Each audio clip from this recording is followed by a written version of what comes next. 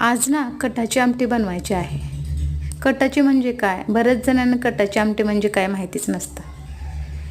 पुरणपोळी करतो ना, त्या चण्याच्या डाळीपासून बनवलेली आमटी.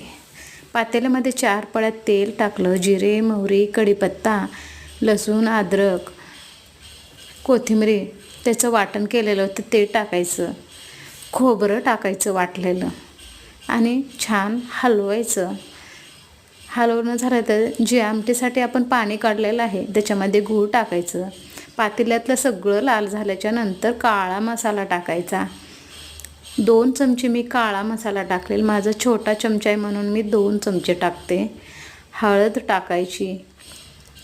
त्यामध्ये एव्हरेट मसाला टाकायचा. लाल मिरची पावडरसुद्धा टाकली मी त्याच्यामध्ये आणि छान हलवणं झाल्याच्या नंतर मी 1 मिनटापेक्षा कमी थोडं थांबून पाणी टाकलं.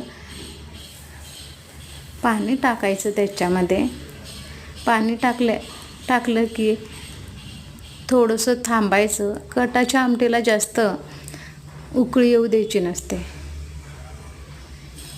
उकळी जास्त आले की आपला जो आमटीला जो कट येतो तो नाहीसा होतो.